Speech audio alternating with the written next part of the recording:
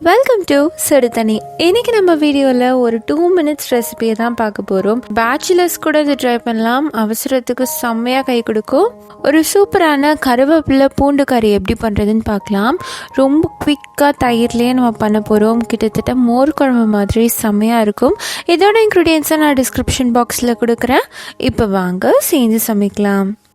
First இதுக்கு நம்ம 1 cup தயிர் எடுத்துக்கலாம். இந்த தயிரை லம்ஸ் இல்லாமல் நல்லா மிக்ஸ் பண்ணிக்கோங்க. தயிர் ரொம்ப திக்காக இருக்கணும்ன்ட்டு இல்லை, ரொம்ப திக்காக இருந்தாலும் கொஞ்சம் தண்ணி ஊற்றி நம்ம டைல்யூட் பண்ணி தான் யூஸ் பண்ண போகிறோம். ஸோ ஒரு மோர் கன்சிஸ்டன்சியில் இதை நம்ம ரெடி பண்ணிக்கலாம். நான் எடுத்திருக்க தயிர் கொஞ்சம் ஆல்ரெடி தண்ணியாக தான் இருந்துச்சு, அதனால் ஜஸ்ட் லம்ஸ் இல்லாமல் மிக்ஸ் பண்ணி வச்சுக்கிறேன். இருக்கட்டும். அடுத்து ஒரு கடாயில் 2-3 டீஸ்பூன் எண்ணெய் சேர்த்துக்கலாம். எண்ணெய் சூடானதுக்கப்புறமா இதில் 1 டீஸ்பூன் சீரகம், 10-12 பல் பூண்டு. இது ரொம்ப பெருசாக இருந்துச்சுன்னா 4-5 சேர்த்தா போதும். இது குட்டி குட்டியாக இருக்கிறதுனால நான் நிறையா எடுத்திருக்கேன். இதோட 2 வரமிளகாய், அதோட 1/4 கப் கருவேப்பிலை சேர்த்துக்கலாம். சேர்த்துட்டு நல்லா இதை வறுத்துடுங்க. கருவேப்பிலை நல்லா கிறிஸ்பியாக வரணும், அந்தளவுக்கு நல்லா வறுத்துக்கணும். அடுப்பை லோ ஃப்ளேம்லேயே வச்சு வறுத்துக்கோங்க. இது எக்காரணத்துக்கு ஒன்றும் கரிஞ்சு போயிடக்கூடாது, டேஸ்ட் மாறிடும். கருவேப்பிலை ஜென்ரலாகவே ஒதுக்கி வைப்பாங்க, ஆனால் இந்த மாதிரி குழம்போடு நம்ம மிக்ஸ் பண்ணி கொடுக்கும் போது டேஸ்ட்டுக்கும் டேஸ்ட்டும் ஆச்சு, ஹெல்த்துக்கும் ஹெல்த்தும் ஆச்சுங்கிற மாதிரி இருக்கும். இது நல்லா வறுபட்டதுக்கப்புறமா இதோட 3 சில் தேங்காய் சேர்த்துக்கலாம். இந்த தேங்காவை எப்படி வேணாலும் சேர்க்கலாம், துருவியும் சேர்க்கலாம், இல்லை சிலாவும் சேர்க்கலாம். தேங்காய் சேர்த்ததுக்கப்புறமா இது ரொம்ப வறுக்கணுன்ட்டு இல்லை, நல்லா ஆற வச்சுட்டு நம்ம அரைச்சிடலாம். தண்ணி ஊற்றி நல்லா ஃபைன் பேஸ்ட்டாக அரைச்சிக்கோங்க. இது ரெடியாக இருக்குது.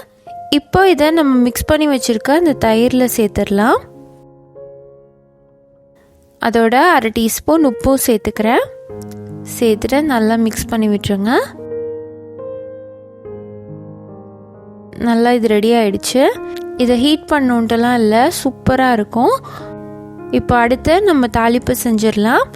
அதே கடாயில் 2 டீஸ்பூன் எண்ணெய் சேர்த்துட்டு இதில் 1 டீஸ்பூன் கடுகு, 1 டீஸ்பூன் உளுத்தம் பருப்பு, 1/4 டீஸ்பூன் பெருங்காயத்தூள். இது பொரிஞ்சதும் கொஞ்சமாக கருவேப்பிலை சேர்த்துக்கலாம். இப்போ இந்த தாளிப்பை நம்ம செஞ்சு வச்சுருக்க அந்த மோரில் சேர்த்துடலாம்.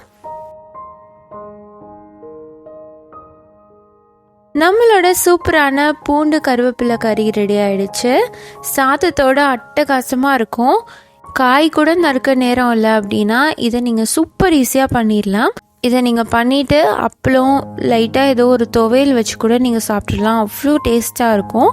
கண்டிப்பாக இந்த சூப்பர் ஈஸியான ரெசிபியை நீங்களும் ட்ரை பண்ணி பார்த்துட்டு எப்படி இருந்துச்சுன்னு சொல்லி கமெண்ட்டில் சொல்லுங்கள். இந்த வீடியோ உங்களுக்கு பிடிச்சிருந்தா லைக் பண்ணுங்கள். சுடுதண்ணி சேனலை சப்ஸ்கிரைப் பண்ணுங்கள். தேங்க்யூ.